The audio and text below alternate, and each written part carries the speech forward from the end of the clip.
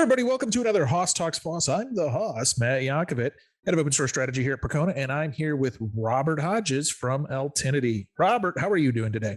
I'm doing great. Thanks for having me on the show, Matt. That's wonderful.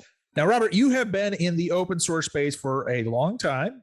You've been around the database space for a long time. I remember back in the days, you over at Continuant, and you've kind of evolved into Altinity now. How did you get started thinking databases? I was in the military and from 1980 to 1984, and about halfway through, I was working as a programmer for so-called Air Force intelligence, and about halfway through my hitch, our unit bought a database. It was called M204, and to make a long story short, it was the coolest piece of software I'd ever seen. Oh. All I could think of when I got out of it, I wanted to go get a job for the company that wrote it. It was a company called Computer Corporation of America in Cambridge. I didn't get a job. I ended up going back to the University of Washington. And instead, a few years later, I got a job at Sybase. That was my first industry job, and where I really began to learn databases. And it's been fun and interesting and ever since. Well, and the database industry has evolved immensely over that time period. I mean, we have gone from, a very multi-purpose database, you mentioned Sybase or Oracle, where you kind of have one database and it has to do all different kinds of workloads, to now almost a database for every workload. That's right. Although, what's funny is, there's just this there's a huge number of ways that you can access and use data. And in fact, the first database I worked with, M204, was pre-relational. It used something called inverted file access method. Didn't have SQL. We programmed it using COBOL, which was kind of interesting. But yes, so, in the 90s, that was sort of the heyday of the relational database, as you say, the singing, dancing SQL database. But even then, there were other databases contending against the relational model. For example, I worked on something called Brahms, which was an attempt by Sybase to rewrite their flagship SQL Server database into an object relational database. Didn't succeed, and as a result, Sybase kind of faded away. But there's always been this constant, sort of efforts to bring in new technologies. I think where things really changed was in the first decade of the 2000s. With the advent of NoSQL, eventually consistent databases, and at that point and very, very large amounts of data, and that's something that I think shifted, moved the needle and got people looking much more seriously at other, sort of non-relational databases, and then new ways to do relational databases as well. So, what kind of brought you to ClickHouse? Like, as Altinity, that's their expert area of expertise. Like, what kind of led to that? It's actually really simple. One of my best friends is a guy called Alexander Zaitsev, and I've known him. I think we met in 2003 in St. Petersburg. It was like about 4, maybe 5 companies ago. And he was running a lab in Moscow, and I was a manager for the product that his team was working on. So we got to be friends. We moved on to other companies, remained friends. And a few years ago, he said to me, "Hey, Robert, I know you like databases. There's a really cool database you need to come look at." And at the time, I was working on VMware. It was after we had sold Continuant to them, and I was sort of like, "Yeah, sounds great. I'm busy here." But I eventually came and looked at it, and sure enough, it was really phenomenal. It's a really, really great database. In fact, the best way I can explain it is it's kind of like MySQL, only it's for analytic queries. So MySQL is great for transaction processing, quick queries, very high rates of concurrency. ClickHouse has a lot of the same things that make MySQL great. Like, it's just one process. It's open source. It talks a really friendly dialect of SQL, but it works on analytic queries. So once I got into it, I got hooked, and I ended up leaving VMware, working for free for 6 months for Altinity, and then just really getting sunk into this great, really wonderful database. Now, with classic open source, there are many different deployments and use cases. People do some crazy eclectic things with open source, right? You never know what kind of weird things, wild things, cool things are going to happen. I'm curious, like, in your experience, how have you seen ClickHouse be deployed? Are there some really, interesting examples that just kind of jump out and like, wow, I never would have thought of that, but it's kind of cool. Yeah, absolutely. In fact, what's kind of cool about analytic databases, and in particular analytic databases like ClickHouse, is they actually enable entirely new businesses. And I'll give you a couple examples. One, there's a company called Mux, which has a video content delivery network. They are the good people that bring you the Super Bowl when you're streaming it on your browser. Now, what they do is, as those downloads are streaming across the internet through their content delivery network, they're collecting a bunch of metrics that, like, hey, like, are you doing rebuffering? Do you have errors? Is there like do you appear to have capacity problems? And that stuff is being fed into a data warehouse in real time, so that as the folks are running the Super Bowl, they can actually go in, check the quality of the streams that are being delivered to all their users, identify problems, find the root causes, and fix them in real time. This is something that simply wouldn't exist without these databases, without a database like ClickHouse that, one, can load this data really quickly, and two, give you answers back in a second or less. So it's an entirely new business. Another one is real-time marketing. So you'll go to a website, after a while they'll say, hey, do you want to have isn't it time you took that pop-up or took that ad blocker off and signed up for the website? That may be backed, and is in some cases, by a data warehouse that is loading data in real time, and then where they're asking questions literally as the page is rendered to say, hey, is it time to ask them to become a member? Again, a business that wouldn't exist without this technology. But Robert, now hold on. So you're telling me that you are behind those annoying pop-ups that say, like, remove my ad blocker. Is that what you just said? Like, because Robert. Well, it's yes, I know. And this is something I have to explain to my children, that I'm making the world a better place by enabling ads and things like that to be shown more quickly and efficiently. But it is interesting that what you are seeing here is that businesses are dependent on being able to analyze what's happening in the real world and react in real time. And I'll give you a much more serious example that I think is probably more relevant and I think is obviously a little bit clearer that it's a benefit to to users at large. That's security. So one of the things that happens is, if you have exploits going on, you may suddenly see like a service running out in the cloud, all of a sudden making DNS requests to a server that's known to contain malware. So what happens in security systems, and we have a bunch of these folks as customers, is they're loading logs, and what they're doing is they're then scanning these logs in real time and looking for unusual patterns of use. Mm-hmm. Again, being able to and so what's critical in when you're running these systems is two things. One, you must be able to scan the load and analyze the data very quickly. And then when you actually detect some sort of exploit that may be ongoing, you also need to be able to look not just at the stuff that happened in the last 5 minutes, but go back into history, maybe going back up to a year or more to understand the context and how, what you're seeing now developed over time. Data warehouses like ClickHouse, which operate in basically give you real-time response across enormous data sets, allow you to solve this problem. And I can't think of anybody that wants things on the internet to be less secure. So this is a really wonderful use case, and again, one that ClickHouse enables. No, and I mean, I think as technology has advanced, we've gotten an insatiable appetite for real-time data, real-time access. Nobody has patience. Let's be honest. We lack patience. That's right. It's there's, like one of the early users of ClickHouse, they used to have a problem that they would describe as, hey, it's just too much trouble to figure it out. In other words, I would be sitting there for, like an hour to run a query to find something. And by the time that query gets back, I've forgotten what I even asked.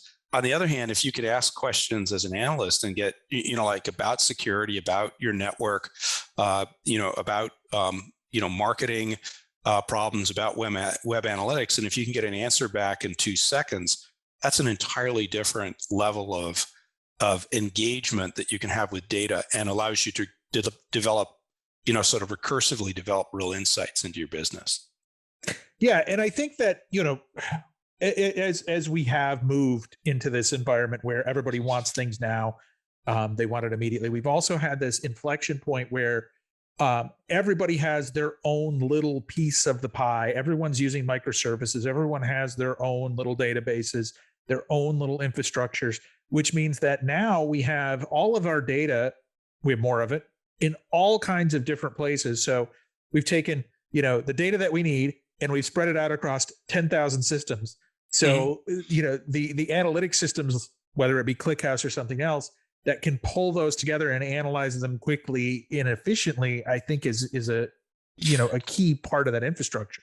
They are, absolutely, because a lot of it is exactly as you say. You need to fetch the data out of sometimes thousands or tens of thousands or even hundreds of thousands of sources, put them in a single place where you can start to ask questions.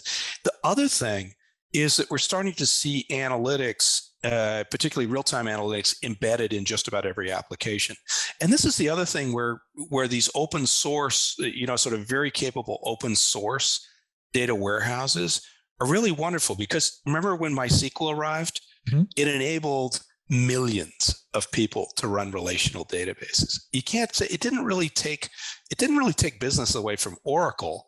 What it did was said, hey, everybody who runs a website can have MySQL backing it up. And so the same thing is happening with data warehouses, that every application that wants to present analytics to their users, they can now have one of these open source databases sitting behind it, and they can give people this access to this information that they need. Yeah. Now, Robert, I know we are a bit short on time today, but I'd like to kind of go into rapid fire mode on these podcasts and let a few questions fly and see what comes of them. So I want to move to that phase real quick here, and throw some interesting and odd questions at you. So, number one, let's just start with, what was the last book you read? The last book I read, actually, I can tell what I'm reading right now. Okay. It's the Vicomte de Bragelonne by Dumas. So, and I'm right in the middle of the various machinations of the courtiers at the court of Louis XIV, the Sun King.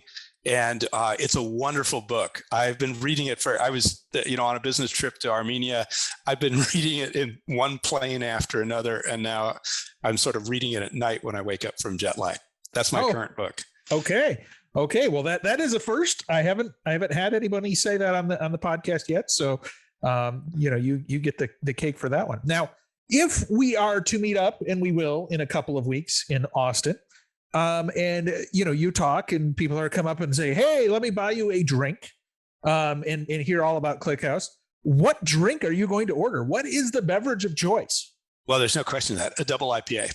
A double IPA. Okay. If it's available. Yes. Okay. Yeah. Is there a particular IPA that you're looking for? Like, actually, that's a great question. It will, in that case, always be something local. So I don't know the name yet. It's going to be in Austin. I don't want to drink Sierra Nevada or something like that. We've got that in California. I can get that any day. I want to see what people are drinking in Texas and try something new. All right. So out of all of these technologies that are out there, out of all these different things, what is the most exciting thing that you see out there that you're really interested in, that you think is going to revolutionize the technology space? Well, I'm kind of hoping it's Kubernetes. And this is funny because Kubernetes gets a huge amount of hate because it's complicated. And but what I think is interesting is that right now we have this huge pendulum swing to the cloud, which is basically centralized computing. And but we've seen this pendulum move back and forth over the last few decades of computing. And the thing is that there are, in fact, an awful lot of applications where people like to be able to choose where they run them. They don't necessarily want to pay huge bills to Amazon. They have security reasons for running it in a particular place in a particular way, and they may have data that is resident in a particular location. Kubernetes is a way of having a common platform that just works everywhere. There are some things about it like networking, sort of external networking that are different, but in general, if an application runs on Kubernetes running in my closet, which is about 10 feet that way, it will run up in Amazon, it will run on DigitalOcean, it will run pretty much anywhere you want. So why is that interesting? Well, I think we can run databases now anywhere that we want, but still have that cloud experience. Everybody wants the ease of use of the cloud, and they want the ability to spin things up, spin things down, not have to really worry about all the underpinnings, but they also want the freedom to run it wherever they need to. Yeah, so it's a very common answer. I mean, a lot of people are excited about what is happening in the Kubernetes space, how that's evolving. I think that's something that we all are paying attention to. Right. And I think that just, within the database field, I think there's one of the things that has just been really amazing about databases is the innovation just doesn't stop. So, we're continuing to see, like in data warehouses, we're seeing the evolution with ClickHouse. We're seeing SQL evolve. We're seeing the ability to deal with structured and together with semi-structured data. Every time you turn around, there's something new. So I'm really excited about, in particular, about the way that databases are evolving and then enabling new types of businesses and enabling people to solve new kinds of problems. So that's also something that really excites me. I've been doing this for almost 40 years, and it never gets old. If there is one thing that you can get through to, IT folks, maybe, VPs, CIOs, CTOs, if you could tell them one thing that they need to fix or focus on or not avoid, what would that thing be? What's that big issue that they should be thinking about? Yeah. So what would be the big issue? That's a tough one. Because there's so many things that, if you build systems, there are so many things at any given time that are broken. I think that one of the things that I see and I think about a lot is how much should I be depending on SaaS services? I hope this doesn't sound too obscure, but right now it's really common to say, hey, I got to get out to market. So you end up building a system that works, but it actually works because it points to 13 or 14 different SaaS services that you've connected to. This is a complete rat's nest. And I think it's kind of like the supply chains that you had for things like the Boeing 787 project, which kind of became undone because they had such a complex supply chain. We're seeing this in software supply chains. I think people, some of the events that are going on in the world today, are beginning to make people think a little bit more about these software supply chains and just, do you really want to build these applications that have all these entangled connections to services running all over the internet? I think actually the answer to that is no. We need to build systems that are simpler, and we also need to, just take responsibility for having more of the code, just baked into the application as opposed to depending on these complex services. So that's something I definitely think people need to think about. It's going to become more clear over time that they're building systems that are essentially unmaintainable. Yeah. I mean, supply chain issues within the software space is critical. And we see that every day, especially with some people nuking some of the open source software they've even developed, for whatever reasons. Exactly. It's in fact is, and like you build these systems, what happens when somebody takes away or nukes, like a little, JavaScript library that you're depending on? Same problem with SaaS services. One of these SaaS services goes belly up. All of a sudden, you may not get any notification at all. And all of a sudden, bang, it happened because your application doesn't work anymore and you lost all your data. So. Well, Robert, thanks for hanging out with us today. I appreciate you sharing some thoughts, giving us a little bit of detail behind ClickHouse. And, it was great having you on. Thank you, Matt. It's a pleasure. See you at Percona Live. Yes. Yes. Everyone who's watching this, go ahead, like this video, subscribe to it, and do come out to Percona Live. We appreciate you hanging out with us today. Wow, what a great episode that was. We really appreciate you coming and checking it out. We hope that you love open source as much as we do. If you like this video, go ahead and subscribe to us on the YouTube channel. Follow us on Facebook, Twitter, Instagram, and LinkedIn. And of course, tune in to next week's episode. We really appreciate you coming and talking open source with us.